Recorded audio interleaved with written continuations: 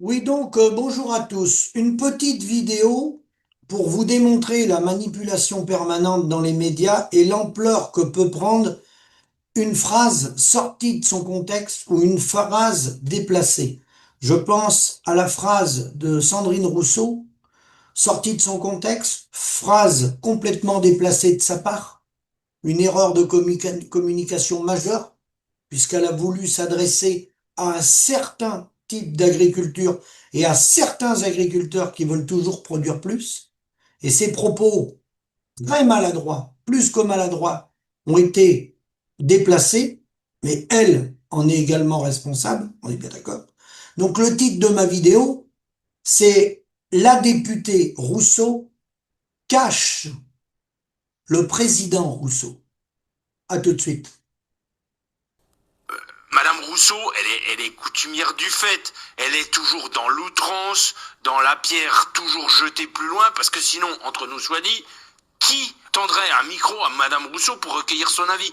Personne n'en a rien à faire de l'avis de Madame Rousseau. Ah si, parce que donc, vrai, pour exister, elle est toujours dans l'outrance. Le parcours de Madame Rousseau, on va en parler du parcours de Madame Rousseau. Madame Rousseau, elle a 2 ans de plus que moi. Donc elle a 30 ans de carrière. Dans 30 ans de carrière, Madame Rousseau, elle n'a pas créé 1 euro de PIB. Elle n'a pas créé un euro de PIB. Elle a été prof d'université. Elle a été chercheuse en université. Maintenant, elle est politique. Elle vit grassement au crochet de la société depuis le premier jour où elle est dans la vie active, quoi. Voilà. Mais ce qui fait mal là-dedans, c'est de dire que le revenu des agriculteurs, c'est de l'argent sale, quoi. Moi, je souhaite qu'une chose. C'est qu'un jour, cette dame, comme des millions de personnes sur la Terre, elle ait faim, quoi. Je souhaite que ça, c'est qu'elle connaisse la faim, qui la tenaille pendant des mois au ventre et qu'elle ait faim, qu'elle comprenne à quoi ça sert des agriculteurs, quoi. Et à 7h45, on reçoit un député courageux. Frédéric Descrozailles, député Renaissance du Val-de-Marne, bonjour, merci d'être avec nous. Courageux d'abord d'être sur ce plateau parce que depuis 2 jours on vous appelle Monsieur Inflation avec votre proposition de loi qui veut réformer les rapports entre la grande distribution et l'industriel. Courageux parce que vous êtes tombé, vous êtes un chien au milieu d'un jeu de quilles, vous êtes tombé dans un rapport de force entre ces géants de la distribution et l'industriel, mais vous êtes aventuré sur ce terrain miné. Expliquez-nous d'abord ce que vous vouliez faire avec cette proposition de loi qui est débattue aujourd'hui en commission. Remettre de la valeur dans des chaînes de valeur qui en détruisent. La grande conso en France, et particulièrement alimentaire, c'est un sablier. En haut, vous avez 330 000 exploitations agricoles, quelques dizaines de milliers d'entreprises de transformation. Au milieu, le diaphragme, vous avez 6 acheteurs. Et en bas, 60 millions de consommateurs. La valeur, elle passe mal. Et au milieu, elle est détruite. Donc il s'agit simplement, elle est détruite pas systématiquement, mais il y a beaucoup d'effets de destruction de valeur. En fait, la grande distribution... Il y a déjà la loi Egalim qui a réglé ça. Hein. Justement, la loi Egalim a été efficace pour protéger les prix agricoles de cette destruction de valeur. Mais Total, on a mis l'industrie entre le marteau et l'enclume. Et quand l'agriculture gagne 12 points d'excédent brut d'exploitation, l'agriculture en perd 16.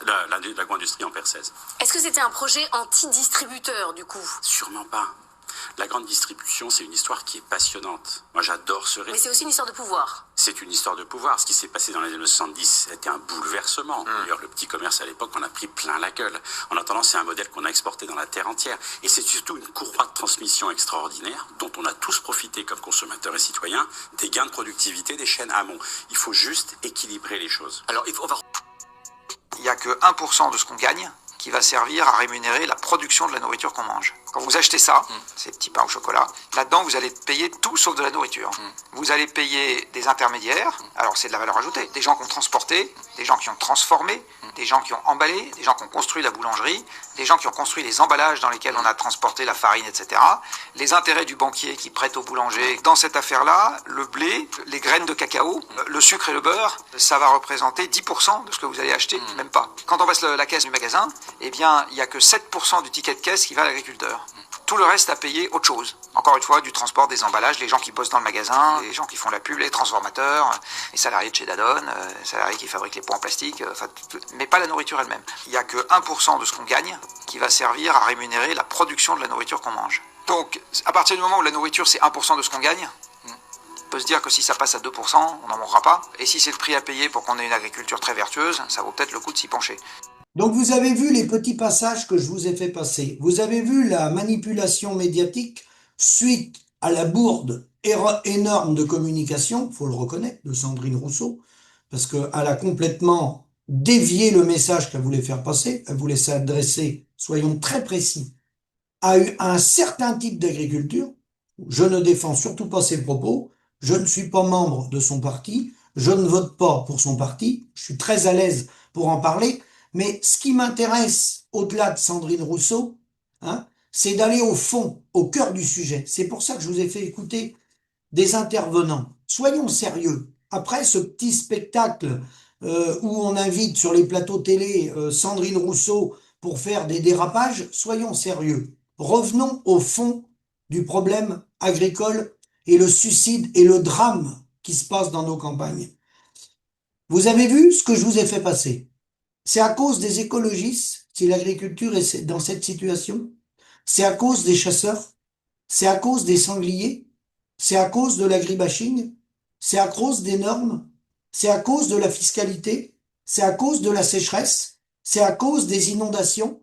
Je peux continuer.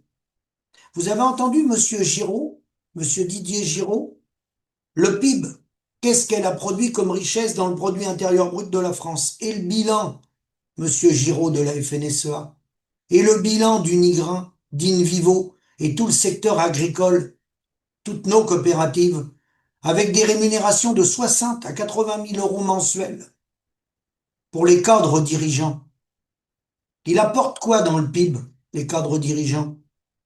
En termes réels, qu'est-ce qu'ils produisent, les gens du secteur tertiaire, sans la matière première agricole? C'est quoi la richesse produite par les gens du secteur tertiaire? C'est quoi la richesse produite dans le produit intérieur brut des gens de la Chambre d'agriculture? C'est quoi la richesse produite dans le PIB par les journalistes, les gens qui tous les jours font des émissions? Ils sont indispensables à la vie. C'est quoi la richesse produite par ces gens-là? Et le secteur marchand, les gens qui achètent et qui revendent. Et les spéculateurs, ceux qui détiennent plus de 50% des places financières sur les marchés, tous les actionnaires de l'agroalimentaire et de la grande distribution qui spéculent derrière des ordinateurs, ils sont indispensables dans le produit intérieur brut, Monsieur Giraud? Monsieur Descrozaille, que vous avez entendu, député de La République En Marche, c'est lui qui avait fait cette émission que j'ai pas pu retrouver avec Monsieur Zemmour, où il disait que les agriculteurs lui avaient déclaré que certains étaient très heureux à moins de 350 euros par mois. Oui, un monsieur de député de La République En Marche, Monsieur Descrozaille, a déclaré ça dans un débat face à Monsieur Zemmour. C'est pas un scandale, ça? Il est du même ordre que celui de Madame Rousseau. C'est un dérapage du même niveau. Alors je vous rassure, j'en ai retrouvé chez Mélenchon, j'en ai retrouvé chez Le Pen, j'en ai retrouvé chez Bardella, j'en ai retrouvé chez Laurent Wauquiez. On peut faire un montage, hein. On peut tous les passer à la moulinette. Tous, sans exception. Alors il a dit quelque chose de faux, Monsieur Descrozaille. Hein? Il y a un couloir d'étranglement de la grande distribution, et il y a environ, il a dit une dizaine de mille, c'est un peu plus de 15 000, c'est un peu moins de 16 000 entreprises agroalimentaires. Faux, Monsieur Descrozaille.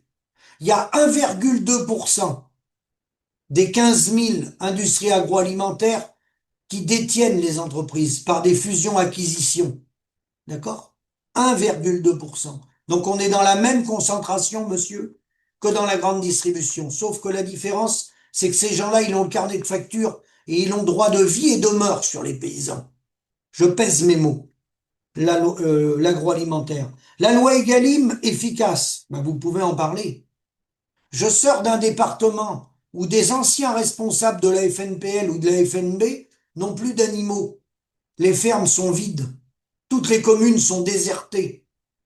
Il n'y a plus d'agriculture. On est à l'enterrement. C'est comme si on était en guerre. C'est le silence dans nos campagnes. Il n'y a plus d'activité. On est dans une guerre. Pas une guerre nucléaire. Une guerre économique, cautionnée par l'industrie agroalimentaire en cogestion avec, non pas Madame Rousseau, qui dit des conneries, mais Monsieur Rousseau, président. C'est pas la même chose. Et à ma connaissance, c'est pas son cousin. Et alors, quoi dire de Monsieur Descrozaille, quand il dit « ce modèle a profité aux consommateurs ». On en a tous profité. Bah bravo, monsieur député d'Escrozaille. Avec 2,5 pendus morts par jour, 6 tentatives de suicide par jour, un endettement moyen qui a dépassé les 250 000 euros par exploitation et 82% des paysans en dessous du SMIC brut, bravo. On en a tous profité. Bravo pour vos déclarations. Elles sont belles. Et je vais terminer par monsieur Jancovici. Vous avez entendu, monsieur Jancovici? Ça représente 1% de notre salaire. Donc si on double l'impact de la valeur dans les paniers de la matière première agricole, vous avez vu l'impact. 7% du panier, en réalité, c'est 6,5% avec les produits importés, et c'est 8% l'impact si on enlève les importations. Donc vous voyez d'où on en est. On va communiquer sur des gens comme Sandrine Rousseau ou demain matin quelqu'un d'autre. Ils vont faire le buzz. Ils sont là pour faire le buzz, pour mettre en avant quelqu'un qui a fait un dérapage médiatique, qui s'est très mal exprimé, et on va faire croire. Et j'ai vu plein de partis, on fait des commentaires, des partis politiques opposants à Madame Rousseau, bien entendu, qu'on fait des commentaires pour mettre en avant, dire nous on soutient l'agriculture. Quel parti politique aujourd'hui à l'Assemblée nationale a demandé des comptes, à ceux qui gèrent l'agriculture? La FNSEA, qui a mené une enquête sur la FNSEA, tous les bras de l'agroalimentaire, les conflits d'intérêts, et qui a mené une enquête sur la chaîne de valeur. Pourquoi ça représente qu'1% du budget des ménages? Pourquoi c'est 6,50 €? C'est pas Madame Rousseau, là, qui a mis les fermes en faillite, ni les chasseurs, ni la sécheresse. C'est l'absence de répartition dans la chaîne de valeur. Et là, à ma connaissance, à ce jour, j'ai vu aucun député, ni républicain, ni RN, ni LFI, aucun n'a demandé une enquête, de faire une enquête par un cabinet d'expertise indépendant pour voir dans la chaîne de valeur où est le loup. Ah, vous verrez, il y en a plusieurs loups. D'ailleurs, les loups, ils viennent dans les exploitations acheter les produits, les loups. Puis après, il y en a d'autres. Il y en a dans la logistique des loups. Il y en a jusque dans les rayons de la grande distribution. Qui a mené cette enquête transpartisane, transpolitique, plutôt que de s'amuser avec quelqu'un qui fait des dérapages médiatiques? Qui l'a fait, ce travail de fond? Personne. Eh ben nous, on va le faire, parce qu'il y a des journalistes d'investigation qui sont dessus. Ça va demander du temps, mais nous, on va le faire. Et nous, on va pas perdre de temps à des amusements comme celui que vous venez de voir. On va aller sur le fond. Et le fond, c'est que les paysans n'ont pas de revenus. Et ce manque de revenus, cette privation de revenus, avec tous les défauts qu'ont les écologistes et les entraves qu'ils peuvent faire sur certains projets, la perte de revenus n'a rien à voir avec le parti écologique. Absolument rien à voir. C'est ceux qui sont aux commandes depuis des années et ceux qui valident tous les traités de libre-échange à l'Union européenne. Allez prendre la liste des partis politiques qui ont validé les traités de libre-échange. Allez voir, allez voir. Et là, vous allez voir un peu plus clair, plutôt que de s'amuser sur un dérapage médiatique d'une députée écologiste qui ne connaît pas le fonctionnement du modèle agricole. Je vous remercie, à bientôt.